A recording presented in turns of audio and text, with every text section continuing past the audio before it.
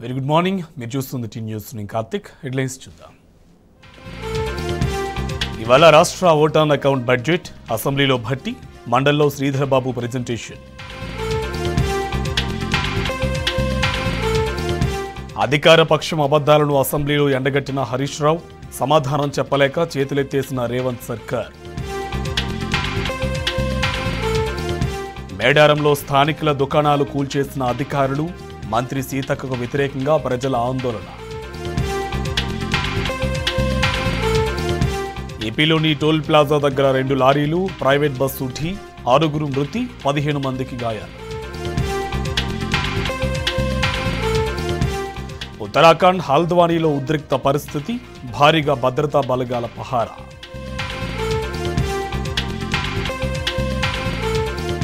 పాకిస్తాన్లో అతిపెద్ద పార్టీగా పీటీఐ, లండన్ ప్లాన్ విఫలమైందన్న ఇమ్రాన్ ఖాన్.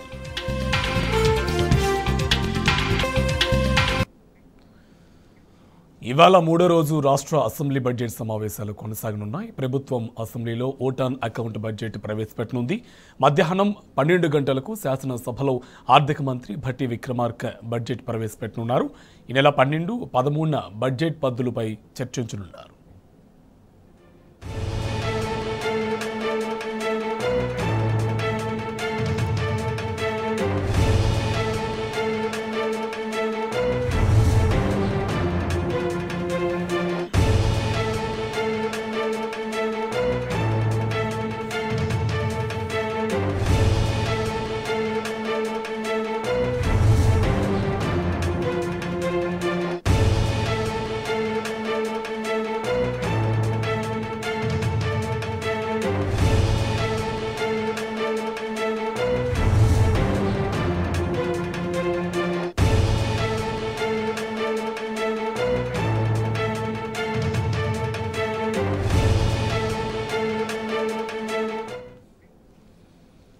రాష్ట్ర ప్రభుత్వం 2024-25 ఆర్థిక సంవత్సరానికి సంబంధించిన ఓట్ ఆన్ అకౌంట్ బడ్జెట్ను ఇవాళ అసెంబ్లీలో ప్రవేశపెట్టనుంది.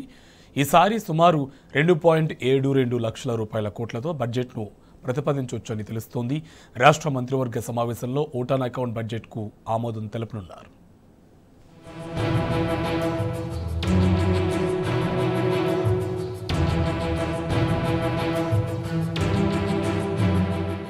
లోక్సభ ఎన్నికల నేపథ్యంలో కాంగ్రెస్ ప్రభుత్వం అనేక తాయిలాలతో బడ్జెట్ను తెచ్చే ప్రయత్నాలు చేస్తోందని తెలుస్తోంది. ఈసారి రాష్ట్ర బడ్జెట్ 2.72 లక్షల కోట్లతో కొంచెం అటు ఇటుగా ఉండనున్నట్లు వినికిడి. 6 ఎన్నికల హామీలకు ప్రాధాన్యత ఇస్తూ బడ్జెట్ కూర్పు జరిగిందనే వార్తల నేపథ్యంలో నిధుల సమీకరణకు ప్రభుత్వం ఎంచుకున్న మార్గాలపై కొంత ఆసక్తి నెలకొంది. ప్రస్తుతం ఓట్ ఆన్ అకౌంట్ బడ్జెట్ కు మాత్రమే పరిమితమవుతున్న ప్రభుత్వం పూర్తి స్థాయి బడ్జెట్లు అవసరం మేరకు అంచనాలను సవరించుకునే అవకాశం ఉంది. అసెంబ్లీలో ఉప ముఖ్యమంత్రి మల్లు భట్టి విక్రమార్క, మండలిలో శాసనసభ వ్యవహారాల మంత్రి శ్రీధర్ బాబు బడ్జెట్ను ప్రవేశపెట్టనున్నారు.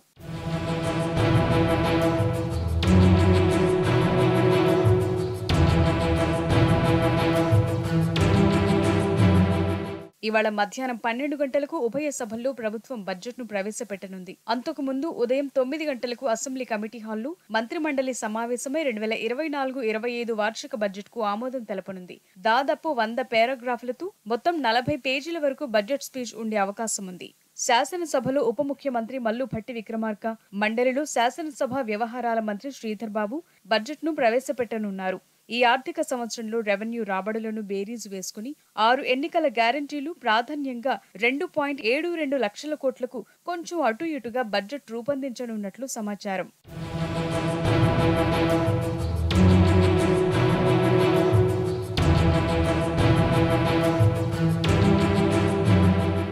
లోక్సభ ఎన్నికల దృష్ట్యా కేంద్రం ఓట్ ఆన్ అకౌంట్ బడ్జెట్ ప్రవేశపెట్టిన విషయం తెలిసిందే.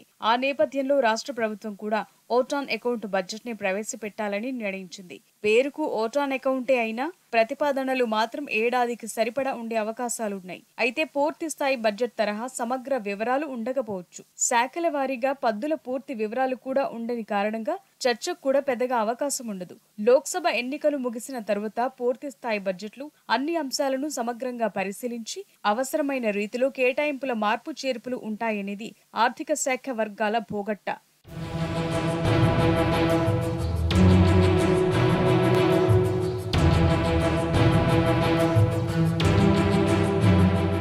శాఖల వారీగా గతం కంటే ఈసారి నిధుల కేటాయింపు తక్కువగా ఉండే అవకాశాలున్నాయని వినికిడి. ప్రస్తుతం లాంచ్ చేసిన స్కీమ్లకు ఏటా 60,000 కోట్లు అవసరమవుతాయనేది ఆర్థిక శాఖ అధికారుల ప్రాథమిక అంచనా.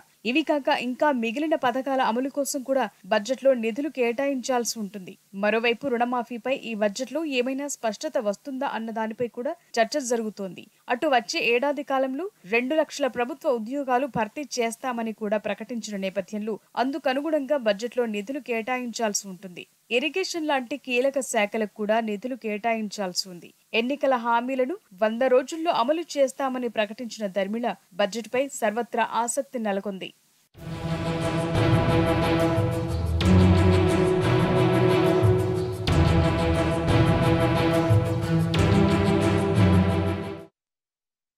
అర్ధరాత్రి మేడారంలో హైడ్రామా నడిచింది. స్థానిక చిరు వ్యాపారులపై ప్రభుత్వం దౌర్జన్యం చేసింది. అధికారులు షాపులను అకస్మాత్తుగా కూలగొట్టారు. దీంతో మరో దారిలేక స్థానికులు ఆందోళన చేపట్టారు. సర్కారు తీరును నిరసిస్తూ ధర్నాకు దిగారు. అదనపు కలెక్టర్ వాహనాన్ని అడ్డుకుని నిరసన వ్యక్తం చేశారు. మంత్రి సీతక్కకు వ్యతిరేకంగా నినాదాలతో హోరెత్తించారు. మంత్రి సీతక్క డౌన్ డౌన్ అంటూ మేడారం హోరెత్తింది. ప్రభుత్వ వైఖరిపై మండిపడ్డ మేడారం గ్రామస్తులు తమకు న్యాయం చేయాలని డిమాండ్ చేశారు.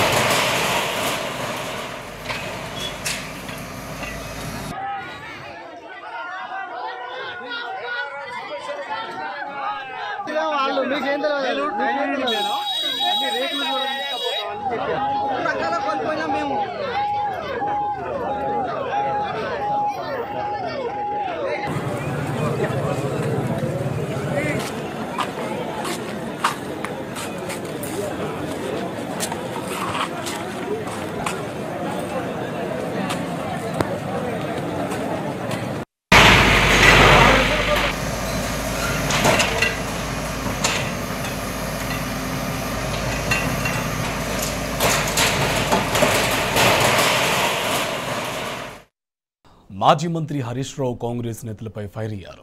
అసెంబ్లీలో అడ్డుగోలు వ్యాఖ్యలు చేసిన సీఎం రేవంత్ రెడ్డితో పాటు మంత్రులు ఉత్తమ్, సీతక్కకు కౌంటర్ ఇచ్చారు. తెలంగాణ ఉద్యమంపై ఇష్టం వచ్చినట్లు వ్యాఖ్యానించడం సరికాదని హితవు పలికారు. తుపాకులతో ఉద్యమకారులను బెదిరించిన కాంగ్రెస్ నేతలకు తెలంగాణ పోరాటం, అమరవీరుల గురించి ఏం తెలుస్తుందని హరీష్ రావు ప్రశ్నించారు. పూర్తిగా నదీ జలాల మీద, సాగునీటి ప్రాజెక్టుల మీద చర్చ చేద్దాము. చర్చ జరిగినంతసేపు నువ్వు కూర్చోవాలి. నువ్వు మాట్లాడినంతసేపు, ఎంతసేపు అయినా మాట్లాడు, నువ్వు నీకు అనుమతిస్తాము, నిన్ను అభ్యంతర పెట్టము. గౌరవ ముఖ్యమంత్రి గారితో మనవి, మీరు ఎంతసేపు అన్న మాట్లాడండి, మీ మైకులు కట్ చేయము, మీరు ఎంతసేపు అన్న మాట్లాడొచ్చని బయట ఉపన్యాసాలు కొట్టుడు కాదండి, చేతుల్లో రుజువు చేయండి, మైక్ ఇవ్వండి, సావధానంగా వినండి, అవసరం చేయండి. మైక్ ఎందుకండి, గొంతెందుకు వస్తున్నారండి? మీరు 6 సభ్యులు 5 సభ్యులు ఉన్న గంటన్నర సేపు భట్టి గారికి, శ్రీధర్ బాబు గారికి మేము గవర్నర్ ప్రసంగం మీద గంటన్నర ఇచ్చాం. ఇద్దరికి క్లారిఫికేషన్లు ఇచ్చాం. మా గొంతెందుకు నొక్కుతున్నారు? మీరు తప్పే చేయలేదు. గుమ్మడికాయ దొంగ అంటే భుజాలు కొడుకున్నట్టు ఎందుకు మా గొంతు కట్ చేస్తున్నారు? గొంతెందుకు నొక్కుతున్నారు? సొంత మనుషులను కూడా నమ్మకుండా వాళ్ళని అనుమానించినట్టు, వాళ్ళను అవమానించినట్టు, వాళ్ళని ప్రశ్నించినట్టు, నిలదీసినట్టు పత్రికలలో వార్తలు వస్తున్నాయి అధ్యక్ష. పాపం వాళ్ళు పత్రికా సమావేశాన్ని పెట్టుకొని వివరణ ఇచ్చుకునే పరిస్థితి వచ్చింది అధ్యక్ష. గౌరవనీయులు ముఖ్యమంత్రి గారు, నన్నెవరైనా ఎమ్మెల్యేలు గెలవడానికి వస్తే మీ పార్టీ నాయకత్వానికి నమ్మకం లేదు, వాళ్ళతోని మీరు ప్రెస్ మీట్లు పెట్టించారన్నారు. నమ్మకం లేని మా నాయకత్వానికి కాదు అధ్యక్ష, మీ అధిష్టానానికి నమ్మకం లేదు.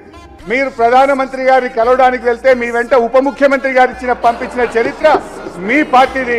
అదొక్కసారి మీరు గుర్తుపెట్టుకుంటే మంచిది. ఇంకొక నటుడేమో 100 రూపాయలు పెట్టి పెట్రోల్ కొనుక్కుంటాడు, కానీ 10 పైసలు పెట్టి అగ్గిపెట్ట కొనుక్కోడు, అగ్గిపుల్ల దొరకదు. అధ్యక్ష, ముఖ్యమంత్రి గారు ప్రతిసారి నా మీద ఓ అగ్గిపెట్ట ముచ్చట తీసుకొస్తారు. ఇది ఉద్యమకారులకు తెలుస్తుంది. ఆ ఆవేదన, ఆ తపన, మా తన్లాట ఆ రోజు. ఎందుకంటే మీరేనాడు అమరవీరులకు శ్రద్ధాంజలి ఘటించిన వాళ్ళు కాదు, ఏనాడు అమరవీరుల కుటుంబాలను పరామర్శించిన వాళ్ళు కారు, ఏనాడు పాడెమోసిన వాళ్ళు కారు. ఉద్యమకారుల మీద తుపాకులు పట్టుకొని పోయిన మీకు అమరవీరుల గురించో తెలంగాణ పోరాటం గురించో మీకు తెలుస్తుందని నేను అనుకోను. ఏదేమనంటే అరిగిపోయిన గ్రామ్ఫోన్ రికార్డ్ లాగా ఈ అగిపెట్ట ముచ్చేట మాట్లాడు బంద్ చేయండి. అది మా ఉద్యమ స్ఫూర్తి. మేము ఆ రోజుల్లో పోరాటంలో మా ప్రయత్నాన్ని మీరు అట్లా కించపరిచో తగ్గించో రాజకీయంగా విమర్శ చేస్తామనుకుంటే అది మీ విజ్ఞతకే వదిలేస్తున్నాం. నేను ఈరోజు శాసన సభ ద్వారా యావత్ తెలంగాణ ప్రజానీకానికి తెలియజేస్తున్నా, తెలంగాణ రైతాంగం తెలియజేస్తున్నా, ఈ ప్రభుత్వం రేవంత్ రెడ్డి గారి నాయకత్వంలో ఈ ప్రభుత్వం మేము కృష్ణా నదిపై ప్రాజెక్టులు ఎవరికి అప్పచెప్పలేదు, అప్పచెప్పే ప్రసక్తే లేదు. మీరు ఎక్కడి నుంచో మినిట్స్ తీసుకొచ్చి చదివి మేమేదో చేసినాం అంటే దానికి మేమెందుకు జవాబు చెప్తాము? ఎక్కడి నుంచో తెచ్చి హరీష్ రావు గారు మాట్లాడుతున్నారు అన్నారు. ఇవి మీ ద్వారా వారికి పంపిస్తాయి. ఇవి ఎక్కడి నుంచో తేలే. ఇది కృష్ణా రివర్ మేనేజ్మెంట్ బోర్డుది కేంద్ర జలవనరుల కార్యదర్శి, తెలంగాణ ఇరిగేషన్ కార్యదర్శి, ఆంధ్రప్రదేశ్ ఇరిగేషన్ కార్యదర్శి అందరూ సంతకాలు పెట్టి నెల రోజుల్లోగా ప్రాజెక్టులు అప్పచెప్పుతామని వచ్చిన మినిట్స్ ఆఫ్ ద మీటింగ్ ఇది మీ ద్వారా పంపిస్తున్నా. అని చదువుకోమనండి. నంబర్ 1 ఒక్క మీటింగ్ కాదు, రెండో మీటింగ్ జరిగింది. రెండవ మీటింగ్ లో కూడా అధ్యక్ష, మొదటి మీటింగ్ లోనే కాదు, రెండవ మీటింగ్ లో paragraph 3 page number 2, when all the outlets are handed over to KRMB, these will be under the control of KRMB and will be manned by the staff from both the states in equal proportion. The staff will report to KRMB though their salary and their benefits will be paid by the respective state governments. మీరు ఇయ్యకనే పోతే ఉద్యోగుల deputation ఎందుకు వస్తుంది? KRMB నడుపుతుందనే ప్రస్తావన ఎందుకు వస్తుంది? ఇప్పుడు ఏంటంటే బేసిక్ గా మీరు ఇచ్చిండ్రు, ఒప్పుకున్నారు. ఇప్పుడు ఏంటంటే కుడిదిల వడ్డలకి లెక్క గిలగిల కొట్టుకుంటున్నారు. తప్పైంది, ఏదో తెలిసో తెలియక ఇచ్చినాము, మేము ఆ నిర్ణయాన్ని వెనక్కి తీసుకుంటున్నామని స్పష్టంగా చెప్పండి. మేము దానికి మీకు సహకరించడానికి సిద్ధంగా ఉన్నాం. నంబర్ 1. బీఆర్ఎస్ 10 ఏళ్ల పాలనలో రాష్ట్రంలో ఎక్కడా మతపరమైన గొడవలు జరగలేదని ఎంఐఎం ఎమ్మెల్యే అక్బరుద్దీన్ ఓవైసీ స్పష్టం చేశారు. కేసీఆర్ పాలనలో తెలంగాణలో ఎలాంటి కర్ఫ్యూ గానీ మత విద్వేషపరమైన సంఘటనలు చోటు చేసుకోలేదన్నారు. కాంగ్రెస్ అధికారంలోకి వచ్చిన తర్వాత కొన్ని చోట్ల మతపరమైన గొడవలు జరుగుతున్నాయని మండిపడ్డారు. ఇలాంటి రెచ్చగొట్టే ఘటనలు జరగకుండా ప్రభుత్వం చర్యలు తీసుకోవాలని ఓవైసీ డిమాండ్ చేశారు.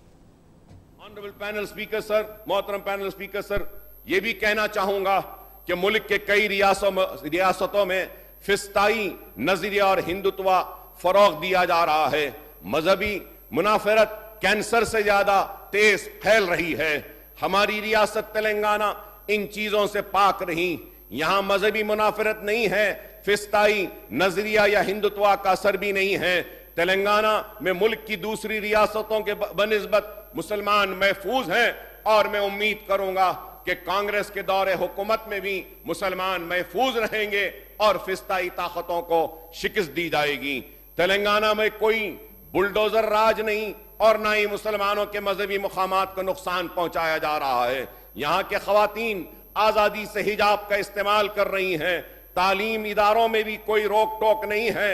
हम चाहते हैं कि रियासत में गुज़िश्ता 10 साल से गंगा जमुनी तहजीब मिली जुली रिवायत पर जो अमन है वो बरकरार रहे. नफरत के माहौल को यहां पनपने ना दिया जाना चाहिए.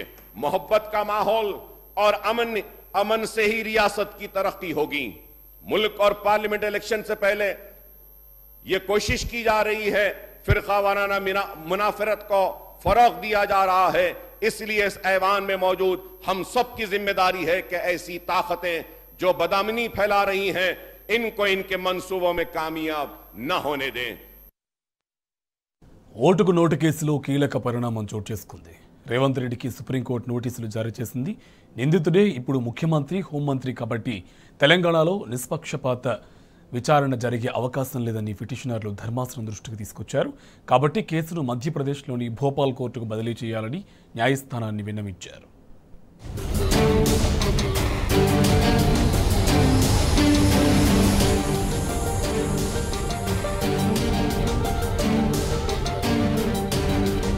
ఓటుకు నోటు కేసు కేసులో ముఖ్యమంత్రి రేవంత్ రెడ్డికి సుప్రీంకోర్టు నోటీసులు జారీ చేసింది.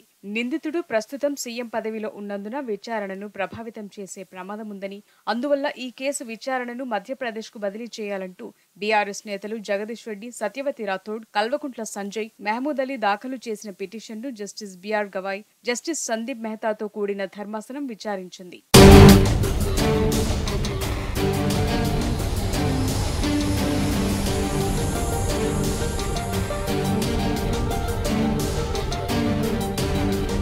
నిందితుడిపై ఇప్పటికే 88 క్రిమినల్ కేసులున్నాయని పిటిషనర్లు న్యాయస్థానం దృష్టికి తీసుకొచ్చారు. గతంలో పోలీసులను తీవ్రంగా బెదిరించిన చరిత్ర కూడా ఉందన్నారు. అయితే నిందితుడు ఇప్పుడు సీఎంగా ఉన్నాడని, పైగా సీఎం చేతిలోనే హోంశాఖ కూడా ఉండడంతో తెలంగాణలో కేసు విచారణ సక్రమంగా జరిగే అవకాశం లేదన్నారు.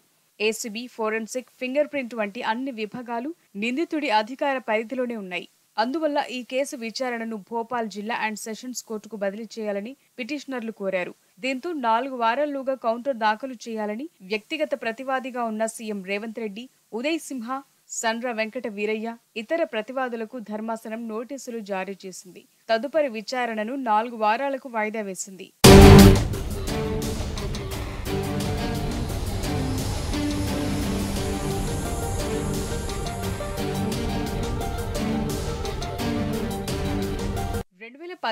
టీడీపీలో ఉన్న రేవంత్ రెడ్డి అప్పటి ఎమ్మెల్సీ ఎన్నికల్లో ఓటు కొనుగోలు చేసేందుకు ఎమ్మెల్యే స్టీఫెన్సన్ కు 50 లక్షలు లంచం ఇచ్చేందుకు ప్రయత్నిస్తూ పట్టుబడ్డారు.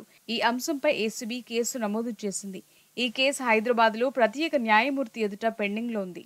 ప్రస్తుతం ప్రధాన నిందితుడు శక్తివంతమైన పదవిలో ఉన్నందున విచారణను ప్రభావితం చేసే ప్రమాదం ఉందని, పోలీసులు నిష్పక్షపాతంగా వ్యవహరించేందుకు ఆస్కారం లేదని పిటిషనర్ల తరపు న్యాయవాదులు వాదించారు. గతంలో ఇదే తరహా కేసుల్లో సుప్రీంకోర్టు కీలక ఉత్తర్వులు జారీ చేసిందని గుర్తు చేశారు. హోంశాఖ కూడా అతని చేతిలోనే ఉన్నందున కేసు దర్యాప్తు జరిపే పోలీసులు ఆయన కిందే పనిచేస్తున్నారని ధర్మాసనం దృష్టికి తెచ్చారు. కేసు విచారణ ప్రారంభమైతే పాలకుల పక్షపాత ధోరణి ప్రభావం కేసు విచారణపై ప్రతికూలంగా ఉంటుందని ఆందోళన వ్యక్తం చేశారు. అందుకు స్పందించిన ధర్మాసనం ట్రయల్పై అలాంటి ప్రభావం ఉంటే తాము చూస్తూ కూర్చోబోమని వ్యాఖ్యానించింది.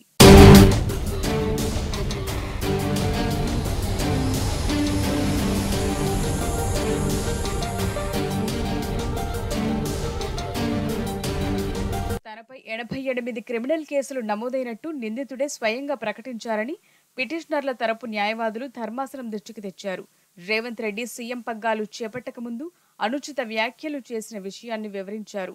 తాము అధికారంలోకి వచ్చిన 100 రోజుల్లో గత ప్రభుత్వ ఆదేశాలకు అనుగుణంగా వ్యవహరించిన పోలీసు అధికారులందరినీ నగ్నంగా పరేడ్ చేయిస్తామని నిందితుడు బెదిరించారని గుర్తు చేశారు. ఈ నేపథ్యంలో ఇప్పుడు సాక్షులు కేసు విచారణకు సహకరించేందుకు భయపడే అవకాశాలుంటాయన్నారు. ఎంపీగా, ఎమ్మెల్యేగా ఉండగానే పోలీసులను బెదిరించిన నిందితుడు ఇప్పుడు సీఎం అయ్యారు. ఐపీఎస్ అధికారులనే దుర్భాషలాడిన వ్యక్తి ఇప్పుడు రాష్ట్ర పాలక పగ్గాలందుకుంటే సాక్షులు రాగద్వేషాలకు అతీతంగా కోర్టుకొచ్చి సాక్ష్యం చెప్పే అవకాశాలుండవు. ఇప్పటికే ఓటుకు నోటు కేసులో అనేక కీలక సాక్ష్యాధారాలను పోలీసులు సేకరించారు. ఇవన్నీ కోర్టులో నిరూపణ అవ్వాలంటే కేసు విచారణ తెలంగాణ కోర్టు నుంచి భోపాల్ కోర్టుకు కేసును బదిలీ చేయాలని పిటిషనర్ల తరపు న్యాయవాదులు ధర్మాసనాన్ని కోరారు. బహుముఖ ప్రజ్ఞాశాలి, బహుభాషా కోవిదుడు, దేశ ఆర్థిక సంస్కరణల రూపశిల్పి, తెలంగాణ ఖ్యాతిని ఖండాంతరాలకు చాటిన మహామేధావి పాములపర్తి వెంకట నరసింహారావు.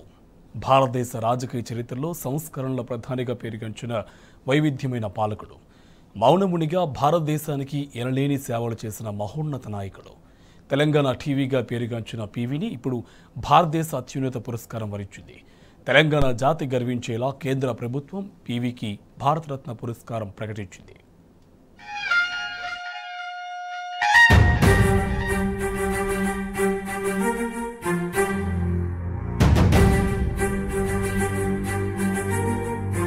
పివి నరసింహారావు తెలుగువారు గర్వపడే ఓ మహోన్నత వ్యక్తి. ఆయన రూపం, తేజం ఇప్పటికీ ప్రజల కళ్ల ముందు మెదులుతూనే ఉంది.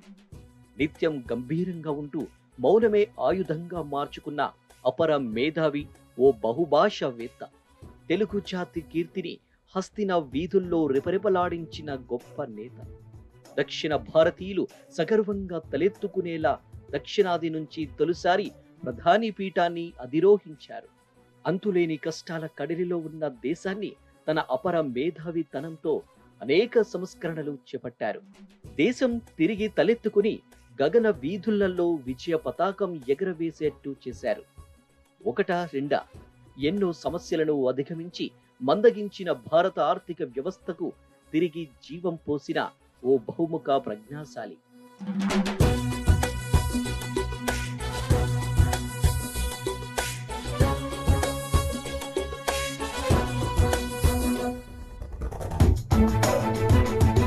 తెలంగాణలోని వరంగల్ జిల్లా నర్సంపేట మండలం లక్నపల్లి గ్రామంలో 1921 జూన్ 28న రుక్మాబాయి సీతారామరావు దంపతులకు పివి జన్మించారు. వరంగల్ జిల్లాలోనే ప్రాథమిక విద్య మొదలుపెట్టారు. తరువాత పూర్వపు కరీంనగర్ జిల్లా భీమదేవరపల్లి మండలం వంగర గ్రామానికి చెందిన పాములపర్తి రంగారావు రుక్మిణమ్మలు పివిని దత్తత తీసుకోవడంతో అప్పటి నుంచి పాములపర్తి వెంకట నరసింహారావు అయ్యారు. 1938లో హైదరాబాద్ రాష్ట్ర కాంగ్రెస్ పార్టీలో చేరి నిజాము ప్రభుత్వ నిషేధాన్ని ధిక్కరిస్తూ వందే మాతరం గేయాన్ని పాడారు. దీంతో తాను చదువుకుంటున్న ఉస్మానియా విశ్వవిద్యాలయం నుంచి అతన్ని బహిష్కరించారు.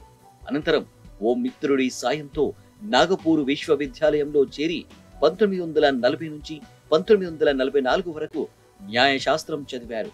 అనంతరం స్వతంత్రోద్యమంలోనూ హైదరాబాద్ విముక్తి పోరాటంలోనూ పాల్గొన్నారు. బూర్గుల శిష్యుడిగా కాంగ్రెస్ పార్టీలో చేరి అప్పటి యువ కాంగ్రెస్ నాయకులు మర్రి చెన్నారెడ్డి, శంకర్రావు చవాన్, వీరేంద్ర పాటిల్తో కలిసి పనిచేశారు.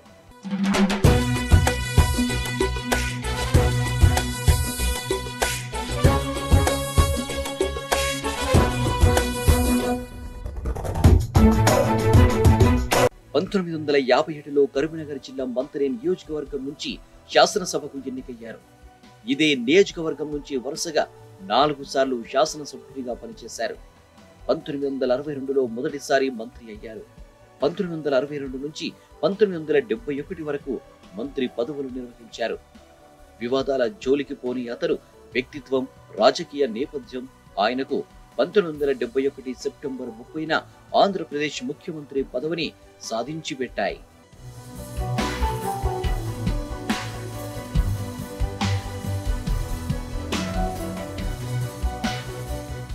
ముఖ్యమంత్రిగా పివి పలు సంస్కరణలకు శ్రీకారం చుట్టారు. పట్టణ భూ గరిష్ట పరిమితి చట్టం తెచ్చారు. 1972 శాసనసభ ఎన్నికల్లో 70% వెనుకబడిన వారికి అవకాశం ఇచ్చి చరిత్ర సృష్టించారు. తరువాత కేంద్ర రాజకీయాల్లోకి వెళ్లిన పివి నరసింహారావు అక్కడ తన ప్రత్యేకతను చాటుకున్నారు. 2 సార్లు హన్మకొండ నుంచి పార్లమెంటుకు ఎన్నికైన పివి అనంతరం మహారాష్ట్ర నుంచి ప్రాతినిధ్యం వహించారు. 1980 నుండి 1989 మధ్య కాలంలో కేంద్రంలో హోంశాఖ, విదేశీ వ్యవహారాలు, మానవ వనరుల అభివృద్ధి శాఖలను నిర్వహించారు. 1991 సార్వత్రిక ఎన్నికలలో పోటీ చేయకుండా దాదాపుగా రాజకీయ సన్యాసం తీసుకున్నారు. అదే సమయంలో రాజీవ్ గాంధీ హత్య కారణంగా కాంగ్రెస్ పార్టీకి నాయకత్వం లేకుండా పోయింది. తనకంటూ ప్రత్యేక గ్రూపులు లేని పివి అందరికీ ఆమోదయోగ్యుడిగా కనపడ్డారు. అందరి మద్దతుతో ప్రధానమంత్రిగా బాధ్యతలు స్వీకరించారు. మైనారిటీ ప్రభుత్వానికి నేతృత్వం వహిస్తూ కూడా 5 ఏళ్లు పరిపాలన సాగించడం పివి రాజనీతికి, చాకచక్యానికి నిదర్శనం. ముల్కీ నిబంధనలు చట్టసమ్మతమైనవి, దాన్ని సుప్రీంకోర్టు కూడా రాటిఫై చేసిందని అన్నందుకు ఆయన ముఖ్యమంత్రి పదవి పోవాల్సి వచ్చిందనమాట. అట్లా తెలంగాణ సంబంధించినటువంటి కాన్షియస్నెస్ కూడా ఆయనకు ఉంది. అంతేకాకుండా ఇవాళ మనం చూస్తున్నటువంటి రెసిడెన్షియల్ స్కూలు ఇవి రావటం వెనుక కూడా ఆయన దోహదం ఉంది. తెలుగు అకాడమీ ఏర్పడడం వెనుక కూడా ఆయన దోహదం ఉంది. అట్లాగే ఆయన న్యూ ఎకనామిక్ పాలసీస్ తర్వాత డెఫినెట్గా దేశంలో సంపద పెరిగింది. దాని పట్ల భిన్నాభిప్రాయాలు ఉన్నాయనుకోండి. ఏంటంటే వలసలు పెరిగాయి, దానికి ఇంకొక కోణం కూడా ఉంది. ఆయన బ్రతికున్నప్పుడే ఒక మాట ఏమన్నాడంటే, మానవీయ ముఖంతో ఈ సంస్కరణలు ముందుకు తీసుకుపోవాల్సినటువంటి అవసరం తర్వాతి ప్రభుత్వాలకు ఉండే, అది జరగలేదు అని చెప్పి ఆయన బాధపడ్డాడు. ఆయన హైదరాబాద్ స్టేట్ కాంగ్రెస్తో సంబంధం ఉన్నవాడు. తెలంగాణ విముక్తి కోసం పోరాడిన వాళ్ళల్లో ఆయన ఒకడు. నాగ్పూర్కు వెళ్ళి ఇక్కడికి హైదరాబాద్ స్టేట్ కాంగ్రెస్కి ఆయుధాలు సప్లై చేశాడు, ఆయన తుపాకులు సప్లై చేశాడు. అటువంటి చరిత్ర కూడా ఆయనకు ఉంది. ఆయన రాసిన గొల్లరామవ్వ కథ తెలుగు సాహిత్యంలో ఒక అపురూపమైనటువంటి కథ. కనుక ఇన్ని ఘనతలు ఉన్నటువంటి పివి నరసింహారావుకి భారతరత్న రావడం అనేది వరంగల్ ప్రజలు కానివ్వండి, తెలంగాణ ప్రజలు కానివ్వండి, భారతదేశ ప్రజలు కానీ సంతోషించే విషయం. పివి ప్రధానమంత్రిగా ఉన్న కాలంలో భారత రాజకీయ, ఆర్థిక, సామాజిక వ్యవస్థలలో గొప్ప పరిణామాలు చోటు చేసుకున్నాయి. దివాలా తీసే స్థాయికి చేరుకున్న ఆర్థిక వ్యవస్థకు పునర్జీవం కల్పించేందుకు సంస్కరణలకు బీజం వేశారు. ఆర్థిక మంత్రి మన్మోహన్ సింగ్ కు స్వేచ్ఛనిచ్చి సంస్కరణలకు ఊతమిచ్చారు. తరువాతి కాలంలో భారత ఆర్థిక వ్యవస్థ సాధించిన అద్భుతమైన అభివృద్ధి ఆ సంస్కరణల పర్యవసానమే. అందుకే పివిని ఆర్థిక సంస్కరణల పితామహుడిగా కీర్తిస్తారు. ఇక పంజాబ్ తీవ్రవాదాన్ని విజయవంతంగా అణిచివేసిన ఘనత పివి ప్రభుత్వానిదే. మరోవైపు 1998లో వాజ్పేయి ప్రభుత్వం పూర్తి చేసిన అణు పరీక్షల కార్యక్రమాన్ని మొదలుపెట్టింది పివి ప్రభుత్వమే. తెలంగాణ బిడ్డగా భారతరత్న రావటం నిజంగా కూడా మనందరికీ గర్వకారణం. ఈ భారతరత్న పివి గారికి ఇవ్వాలని చెప్పి ఆనాటి ఉద్యమ నేత మాజీ ముఖ్యమంత్రి బీఆర్ఎస్ పార్టీ వ్యవస్థాపక అధ్యక్షుడు కేసీఆర్ గారు అనేక సందర్భాలలో మరి వారి గురించి భారతరత్న ఇవ్వాలని చెప్పి మరి అనేక కేంద్ర ప్రభుత్వాలను డిమాండ్ చేయడం జరిగింది. మరి బీఆర్ఎస్ పార్టీ డిమాండ్ మేరకు మరి భారతరత్న రావటం నిజంగా కూడా తెలంగాణ వాదులందరికీ కూడా చాలా సంతోషంగా ఉంది. మరి పివి గారి పేరిట శత జయంతి ఉత్సవాలను కూడా ఘనంగా వైభవంగా తెలంగాణ రాష్ట్ర వ్యాప్తంగా కాకుండా దేశ విదేశాలలో కూడా నిర్వహించినటువంటి సందర్భాలు ఈ సందర్భంగా గుర్తు చేసుకుంటున్నాం. హ్యాపీ మూమెంట్ ఇది. ఒక చారిత్రాత్మక రోజు ఇవాళ. ఒక చరిత్రలో సువర్ణాక్షరాలతో లిఖించదగ్గ మంచి రోజు ఇది. తెలంగాణ గడ్డ మీద పుట్టిన మన తొలి తెలుగు ప్రధాని కీర్తిశేషులు శ్రీ పివి నరసింహారావు గారికి భారతరత్న అనౌన్స్ చేయడం అనేది చాలా చాలా సంతోషించే రోజు ఈరోజు. దేశ ప్రజలు అందరూ కూడా చాలా సంతోషంగా ఉన్నారు. కంటిన్యూస్గా ఫోన్ కాల్స్ వస్తున్నాయి. ఇప్పుడు భారతరత్న విలువ ఎక్కువైపోయిందేమో పివి గారికి ఇచ్చి అని నేను అనుకుంటాను. తొలి తెలుగు ప్రధాని మన తెలంగాణ నుంచి మొట్టమొదటిసారి దక్షిణాది నుంచి అప్పటిదాకా ప్రధానినే లేరు మనకు.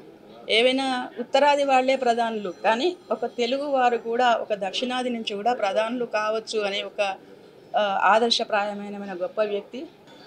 దేశంలో అత్యున్నత పురస్కారం భారతరత్న. దానికి ఇవ్వడం అనేది మనం తెలంగాణ ప్రజలు అందరం చాలా సంతోషిస్తున్నారు. కుటుంబ సభ్యులు అందరం కూడా చాలా వీఆర్ వెరీ ఎక్సైటెడ్. రాజకీయాల్లో తీరిక లేకుండా ఉన్న పివి రచన వ్యాసంగాన్ని వదిలిపెట్టలేదు. విశ్వనాథ సత్యనారాయణ వ్రాసిన 1000 పడగల పుస్తకాన్ని సహస్రాఫన్ పేరుతో హిందీలోకి అనువాదం చేశారు. అతను చేసిన సాహిత్య కృషికి గుర్తింపుగా సాహిత్య అకాడమీ పురస్కారాన్ని అందుకున్నారు. అతని రచనల్లో ప్రఖ్యాతి చెందినది ఇన్సైడర్ పేరుతో రాసిన పివి ఆత్మకథ.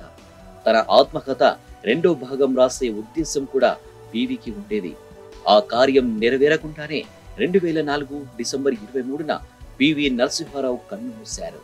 పివి నరసింహారావు మరణించిన తర్వాత ఈ అంత్యక్రియలు న్యూఢిల్లీలో ప్రభుత్వ లాంఛనాలతో జరగలేదు. అంతకుముందు మరణించిన భారత మాజీ ప్రధానులందరికీ న్యూఢిల్లీలో ప్రభుత్వ లాంఛనాలతో అంత్యక్రియలు జరగడం, వారికి అక్కడ ఒక స్మృతి చిహ్నం ఏర్పాటు చేయడం సాధారణంగా జరిగేది. కానీ అప్పటి కాంగ్రెస్ అధ్యక్షురాలు యూపీఏ సమన్వయకర్త సోనియా గాంధీకి ఇష్టం లేదు. దీంతో ఆంధ్రప్రదేశ్ ముఖ్యమంత్రి వైఎస్ఆర్ పివి అంత్యక్రియలు హైదరాబాద్ లో చేసేలా ఆయన కుటుంబ సభ్యులను ఒప్పించారు. ఢిల్లీ నుంచి పివి నరసింహారావు భౌతిక కాయాన్ని హైదరాబాద్ కు తీసుకువచ్చే క్రమంలో కొద్దిసేపు కాంగ్రెస్ కార్యాలయంలో అభిమానుల సందర్శనార్థం ఉంచాలన్న అనుమతించలేదు. హుస్సేన్ సాగర్ తీరంలో అతని అంత్యక్రియలు పూర్తి చేశారు.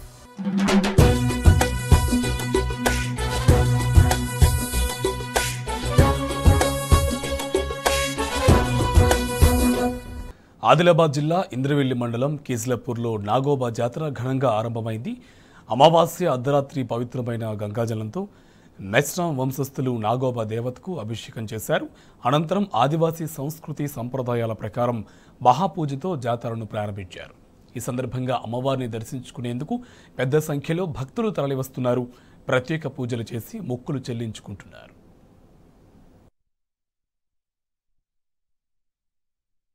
మహాజాతరకు ముందే మేడారానికి భక్తులు పోటెత్తున్నారు. అమ్మవార్ల దర్శనానికి వచ్చిన భక్తులతో గద్దెల ప్రాంగణాలు కిటకిటలాడుతున్నాయి.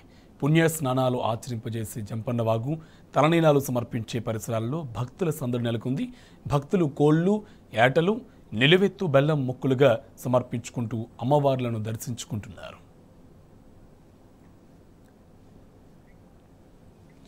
పాకిస్తాన్లో సార్వత్రిక ఎన్నికల కౌంటింగ్ ఇంకా కొనసాగుతుంది. ఇప్పటివరకు వెలువడిన ఫలితాల్లో ఏ పార్టీ మ్యాజిక్ ఫిగర్ దాటకపోవడంతో అక్కడ సంకీర్ణ ప్రభుత్వం ఏర్పడే అవకాశాలు కనిపిస్తున్నాయి.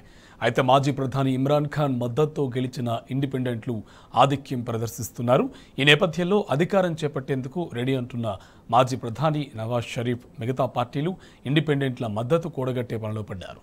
మెజార్టీ లేకున్నా తమదే విజయమని ప్రకటించారు. ఆర్థిక రాజకీయ సంక్షోభంలో ఉన్న పాకిస్తాన్ పునర్నిర్మాణానికి విపక్ష పార్టీలు కలిసి రావాలని పిలుపునిచ్చారు. ఇవి బులెటిన్ అప్డేట్స్. Stay tuned.